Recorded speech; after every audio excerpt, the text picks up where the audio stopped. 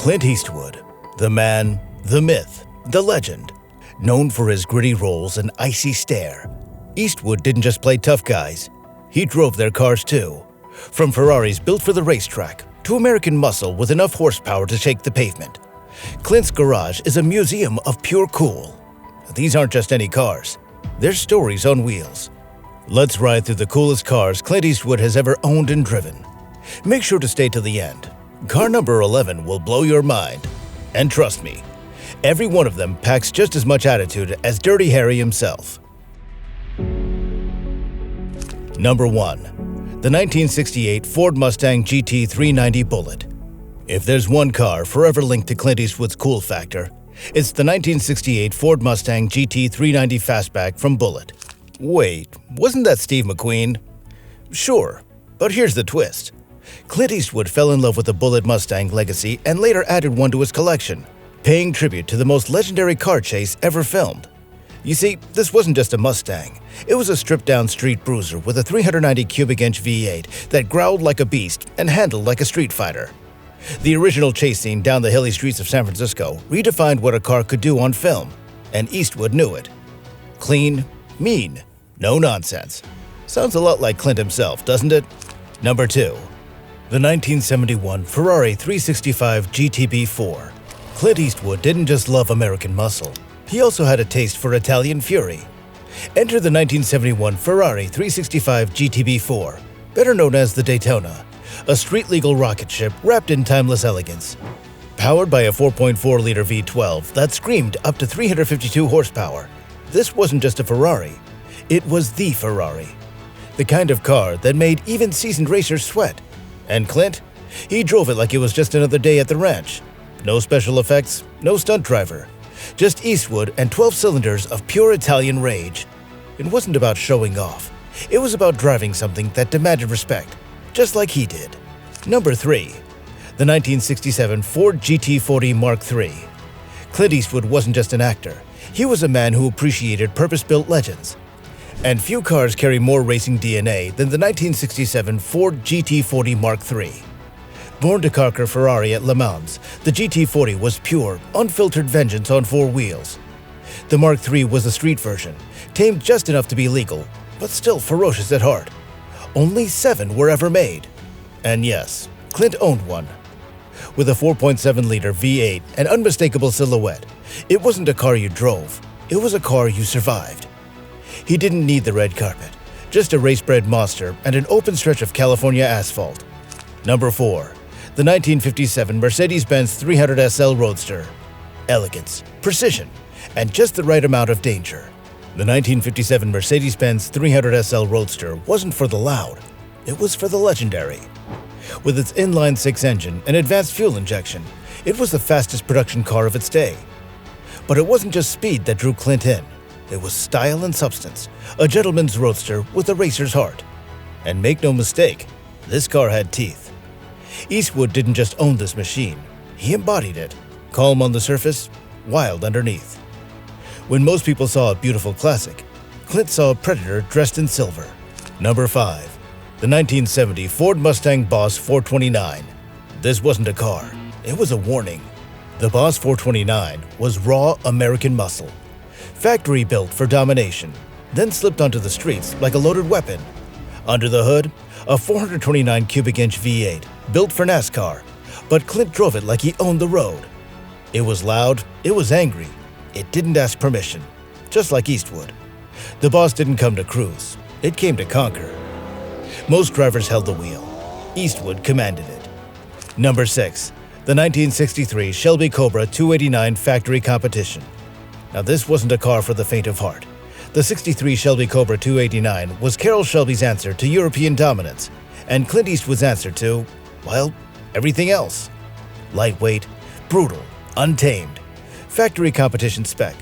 No creature comforts, just steel nerves and raw instinct. Eastwood didn't just drive the Cobra, he respected it. Because this car didn't care who you were, it only respected skill.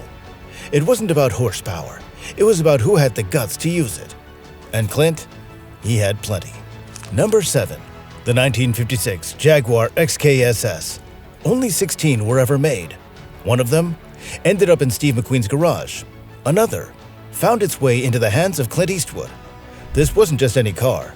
It was the Jaguar XKSS, a road-legal version of the Le Mans winning D-Type. Sleek curves, aircraft-grade aluminum, and a racing pedigree so sharp it could cut glass. For a man like Eastwood, the XKSS was more than rare. It was refined rebellion. This wasn't a car to show off. It was a car for the driver who knew exactly what he had and didn't need to say a word about it. Number 8. The 1970 Plymouth Hemi Cuda convertible. If the Jaguar XKSS was elegance in motion, the Plymouth Hemi Cuda was a clenched fist wrapped in American steel. One of the rarest muscle cars ever built. Just 14 Hemi Cuda convertibles rolled off the assembly line in 1970. And of course, Clint had one. Why? Because the man didn't just act tough, he lived it. 425 horsepower, 0 apologies. This wasn't a car, it was a declaration of war on subtlety. Clint didn't care about luxury, he cared about presence. And the Cuda had it in spades. Number 9. The 1964 Ferrari 250 GT Lusso. Refined, elegant, devastatingly fast. The Ferrari 250 GT Lusso wasn't just a car, it was rolling artwork with a pulse. Clint Eastwood's taste was never one-dimensional. While he could light up the screen with grit, he also appreciated the finer things, like this beauty from Maranello. One of the most visually stunning Ferraris ever made, the Lusso blended speed with sophistication in a way few cars ever have. Powered by a Colombo-designed V12, it purred like a panther in a tuxedo. And Clint? He made it look even cooler. When you've got a legacy as legendary as Eastwood's, only a car this timeless feels appropriate. Number 10. The 1951 Hudson Hornet. Now before muscle cars ruled the streets, there was one king of the oval, the Hudson Hornet. Clint Eastwood's appreciation for cars wasn't just about style and speed, it was about heritage. The 1951 Hudson Hornet was a dominant force in NASCAR back when racing was raw and dangerous. With its revolutionary step-down design, it sat lower, handled better, and outpaced everything in its class. It wasn't flashy, but it was a fighter, just like Clint. A car for the underdog who never quits. No wonder Eastwood had one in his stable. But wait for the final one, the unexpected hero. We have the 1966 Morris Mini Countryman Cooper S. Sure, Eastwood had muscle and exotics, but he also had a soft spot for something much smaller and far rarer, the Morris Mini Countryman Cooper S. Now only 6 were ever made, and Clint owned one of them. It's kind of an interesting little car, he said. It came from England and has all the Mini Cooper S racing gear, but in a mini station wagon. It's a cool car because there aren't many like it. Originally Old English white, Eastwood had his painted British racing green, a little rally legend made personal. Proof that cool doesn't always roar, it sometimes hums with class. Okay, you know what? Give me another minute, we're not done yet. There's one more unexpected beast from Clint's collection worth mentioning, and that is the GMC Typhoon. At age 89, when most people opt for comfort over speed, Clint Eastwood was spotted driving a GMC Typhoon, a true sleeper SUV from the early 90s. Don't let the boxy shape fool you. This thing could outrun Ferraris of its day.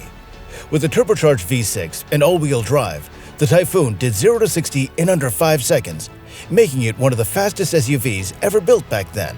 Eastwood behind the wheel? That's not just cool, that's legendary. From Hollywood icons to high-octane beasts, Clint Eastwood's garage reads like a gearhead's dream. Whether it's the legendary Bullitt Mustang or a turbocharged GMC Typhoon, the man's taste in cars is as bold as his on-screen presence. So which of Clint's rides would you take for a spin? Let us know in the comments. And if you enjoyed this ride through Eastwood's coolest cars, don't forget to like, subscribe, and hit that bell so you never miss more legendary car stories. Thanks for watching, and remember, sometimes the coolest cars don't come with a cape, they come with a cowboy hat.